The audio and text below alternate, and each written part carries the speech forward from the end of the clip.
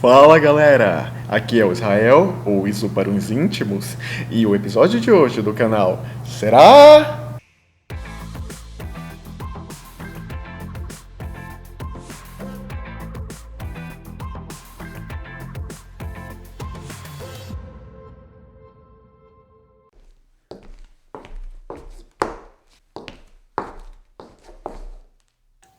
Oi, gente! Olha eu aqui, em formato de desenho. Que legal, hein? Primeiramente, eu tenho que agradecer a todos vocês pelo feedback do último vídeo. Tanto as impressões positivas quanto as negativas, ambas são muito importantes. Porque, nossa, fazer vídeo pro YouTube dá muito mais trabalho do que parece. Não simplesmente em questão de edição, mas em questão de como expressar o que você quer falar. Ao mesmo tempo que eu tento não ser tão sério como se eu estivesse dando uma aula, eu tento não ser tão solto para não parecer que não tem nada sério dentro do que eu tô falando. E também vou evitar usar a palavra regra quando me referir a roteiro, porque, como me apontaram, é uma palavra muito forte, muito determinante. Então aqui eu finalizo essa pequena introdução e convido vocês para conferir o assunto principal do vídeo agora! Então, sendo bem direto, eu não odeio Kimetsu no Yaiba, pode ser difícil de acreditar, principalmente por causa do vídeo da semana passada. Quem me acompanha nas minhas redes sociais tá vendo a minha saga de maratonar Kimetsu no Yaiba, porque eu comecei junto com a estreia do anime e eu larguei logo em seguida, porque eu achei muito chato. Eu vou primeiro começar esse vídeo falando sobre os pontos positivos, antes de falar dos negativos. Porque eu percebi que eu tô meio que falando mal demais de Kimetsu no Yaiba e muita gente acha que eu odeio, nossa, tem que rasgar esse anime, jogar no lixo. E não, gente, calma. Então, quais são os pontos positivos de Kimetsu no Yaiba? Primeiramente, aquilo que me atraiu para o anime, o visual é muito bom, é muito marcante. E é muito importante, quando você está fazendo uma história que você quer vender, quer que pegue, que os personagens tenham visuais marcantes. Que você olha para eles, você consegue identificar facilmente. Você vai lembrar fácil deles, porque eles têm características que são muito chamativas. É o que eu invejo, aliás, porque no meu mangá The Hunters, um erro que hoje eu vejo que eu cometi foi fazer o visual dos personagens muito sem sal, muito parecido um com o outro. Isso aconteceu porque a minha maior influência foram os mangás shoujo, que não se preocupam em ter um design muito chamativo e também diferenciar muito um personagem do outro. Todo mundo é meio que bonitinho padrão. Como eu falei, temos o visual e, além disso, temos a produção do anime, que é espetacular. A animação é extremamente fluida, a trilha sonora é muito bonita, a direção sabe muito bem valorizar o que está acontecendo. Na verdade, com relação à direção, eu tenho apenas uma parte que vale a pena ser pontuada, onde ela não foi tão eficiente assim, que é o treinamento do Tanjiro com o Orokodaki. Porque a maior parte do treinamento é apenas uma exibição de slides dele treinando, e ao fim é dito que se passou 6 meses, um ano e meio, etc. Sendo que ele está com o mesmo visual toda vez, inclusive o mesmo tamanho de cabelo e a roupa super bem cuidada. E sempre que ele vai escrever no diário à noite, ele tá inteiraço e sereno. Nenhum machucado, nenhum curativo, nenhum gemido de dor.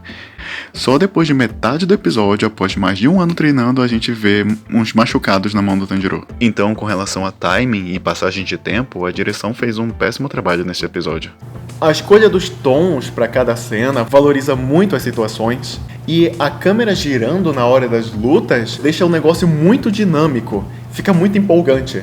E além disso, tem vários personagens que têm características únicas na personalidade deles. Isso é muito importante pra gente lembrar deles depois. E aliás, essa variedade de tipos de personalidade ajuda várias pessoas com personalidades diferentes e jeitos diferentes a se identificarem com os personagens em algum aspecto.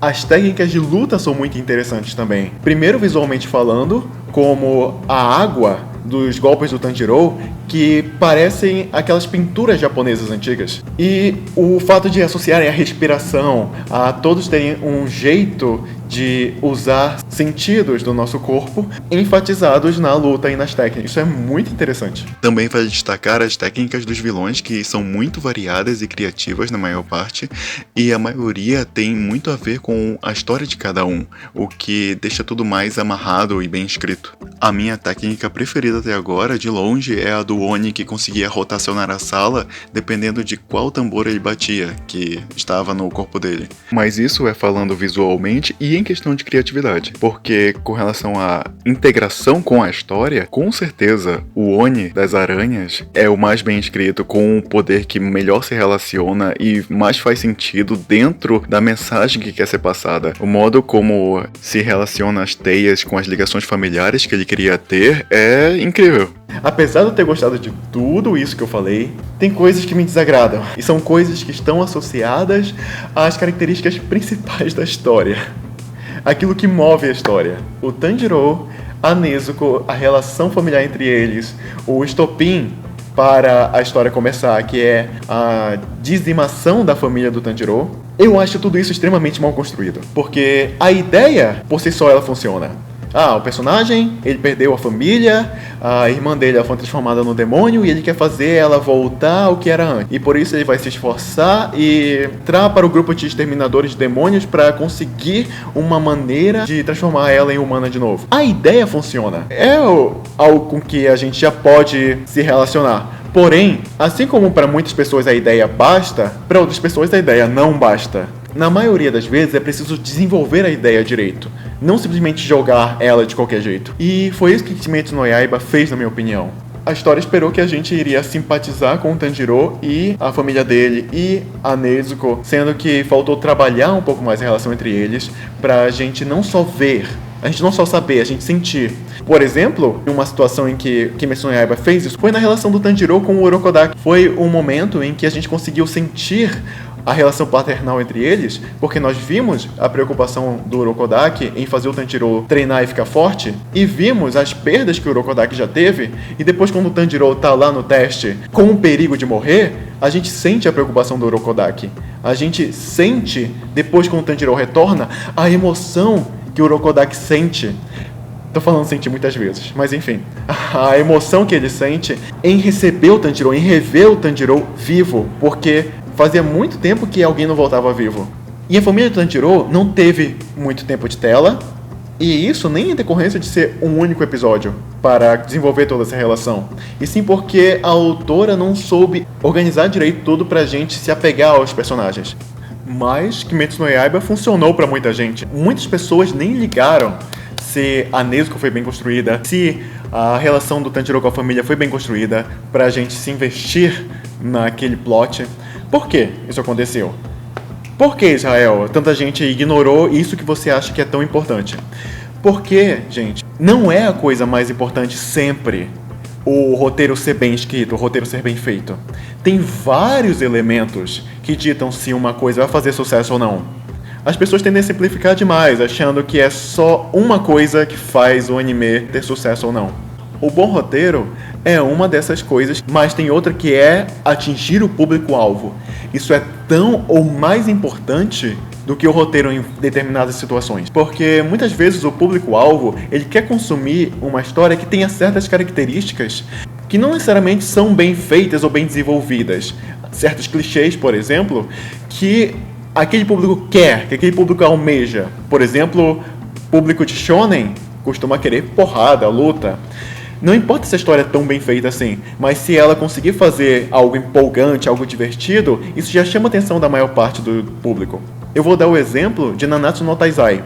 A história não é muito boa, porém, eu gosto de Nanatsu no Taizai, porque desde o começo ele mostra que ele não vai se preocupar em fazer uma história boa, ele só quer empolgar e divertir o público. Claro que isso não desculpa tudo o que ele faz em questão de roteiro, mas pelo menos faz a gente relevar mais eventuais trapaças na história que o autor faça. E Kimetsu no Yaiba atinge muito bem o público-alvo, porque tem ótimas lutas, tem personagens com personalidades muito marcantes, com visuais muito marcantes, uma trilha sonora muito boa, e o trabalho de animação do estúdio, meu Deus! Eu conversei com pessoas que defendem que a família do Tanjiro não precisava ter algum aprofundamento ou alguma conexão maior com a gente. Que eles só são um estopim para a motivação do Tanjiro, assim como o One Piece é para o Luffy. Ou no caso do Batman, em que dependendo da versão, os pais deles são mortos bem no começo e a gente não tem tempo de criar alguma relação com eles também. Só que tudo isso depende do tema da sua obra, do objetivo e em como você expõe isso para o espectador. Mas no próprio episódio, há uma tentativa de fazer a gente entender e simpatizar com o contexto da família do Tanjiro. É falado que eles não têm pai, que o Tanjiro tem que se esforçar pra cuidar da família, que os irmãos são muito unidos com ele. Diferente de One Piece, ou no caso do Batman, em que no começo da história eles já jogam o estopim na sua cara sobre o que vai mover a história. E em menos de 1 minuto. Mas então como isso poderia ter sido resolvido? De várias maneiras. Eu vou citar só uma possibilidade aqui. Em vez da gente ver ele pessoalmente com a família no começo do episódio, que tal a gente não ver ele em nenhum momento junto com a família e apenas fora trabalhando, e a gente vendo ele suando, ele fraquejando, ele se esforçando bastante, e com a ideia de voltar pra família e levar dinheiro e sustentar, assim fazendo a gente se relacionar com a vontade dele de voltar e ver a família. Isso já cria mais conexão.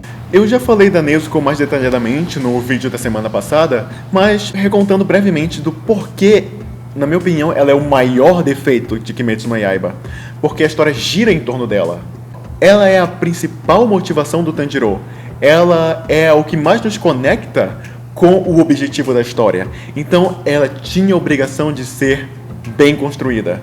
Só que é difícil se apegar à personagem porque ela parece mais um objeto, um instrumento.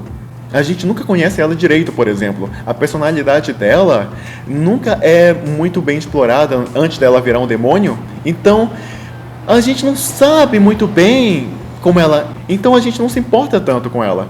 Porque o fato da gente conhecer a pessoa ajuda os laços que nós temos serem mais fortes, e quando alguma coisa corta ele, o impacto sentido é mais forte. Por isso, não conhecendo a Nezuko antes da transformação faz com que nós não sintamos tanto esse impacto, essa perda, não sintamos tanto a força que isso tem como motivação para ele. E depois que a Nezuko vira um demônio, nós ainda não conhecemos ela de verdade, porque ela age de uma maneira muito infantil, ou ela age de uma maneira muito agressiva, como se fosse um monstro. Então não dá pra saber o que dentro disso é a personalidade dela e o que é a influência da transformação dela. Principalmente porque ela não ataca humanos, não por causa da personalidade dela, mas porque fizeram uma hipnose com ela. Então a gente nunca conhece a Nezuko de verdade. E até quando, supostamente, a Nezuko ganha um pouco mais de desenvolvimento, quando começa a mostrar mais pra frente que ela também tem poderes relacionados à família deles, ela só usa isso para o Tanjiro poder vencer o vilão. No episódio 19 tem um momento em que supostamente eles trabalham juntos para vencer o vilão, mas a Nezuko tá lá toda arrebentada, amarrada nos fios, ficam cortando ela, e ela dá uma pequena ajuda pro Tanjiro ter uma fresta ali para conseguir atacar o vilão. O momento não é da Nezuko, o momento todo é do Tanjiro, sendo que a Nezuko também tem os poderes da família. Sabe como teria sido muito melhor aquele episódio 19? Se ao ver que os personagens não estão conseguindo separadamente derrotar o vilão, principalmente o Tanjiro que está apanhando frente ao condenado, eles lutassem juntos. Que bonito seria isso. Imaginem a cena. Os dois estão lutando e lembrando da família, e lembrando do pai deles e da herança que eles têm. E ambos, protegendo um ao outro, despertam o poder da família. E ambos juntos conseguem se ajudar lado a lado e derrotar o vilão. O quão incrível isso seria. Olha o desenvolvimento do laço entre eles. Principalmente porque aquele momento tem muito a ver com o desenvolvimento do vilão, que almeja ter laços tão fortes assim. Isso impactaria ainda mais ele, ver o quanto eles estão lutando juntos. Isso engrandeceria mais a história. Não sei vocês, mas eu acharia isso muito melhor. E lembrei que tem determinado momento, no episódio 19 inclusive, que o vilão quer que o Tanjiro dê a Nezuko pra ele, e o Tanjiro replica com: não fale assim da Nezuko, ela não é um objeto, ela tem personalidade, ela tem vontade própria. Onde o próprio anime contradiz o que ele diz? Mas então, a partir do episódio 9, os personagens e as situações têm mais desenvolvimento. Os personagens ganham um pouco mais de background. Os vilões, mesmo aqueles que aparecem por pouco tempo, cada um deles tem alguma coisa mal resolvida. E o anime mostra como os Onis são criaturas tristes. E como a vontade de viver e realizar seus objetivos são muito mais fortes do que o que quer que tenha acontecido, mesmo com todas as dificuldades que eles enfrentam. Eu acho bem interessante, aliás, o fato de a autora fazer a gente conhecer mais dos Onis depois que eles morrem. Porque dá meio que aquela sensação de que, matei o vilão, mas espera, aí não era tão vilão assim. A gente acaba ficando se sentindo meio mal, sabe? Por aquilo ter acontecido.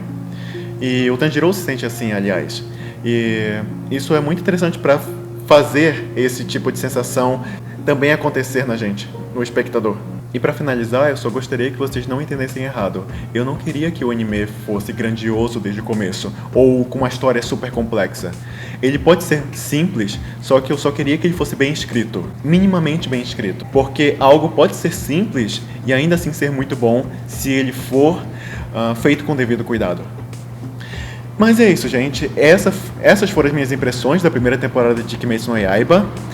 Eu vou continuar assistindo, porque tem coisas que me atraíram e me deixaram interessado em ver o resto da história. E se vocês gostaram, me sigam nas minhas redes sociais, deem um like no vídeo, compartilha, se inscreva, toda aquela coisa que vocês estão cansados de ouvir.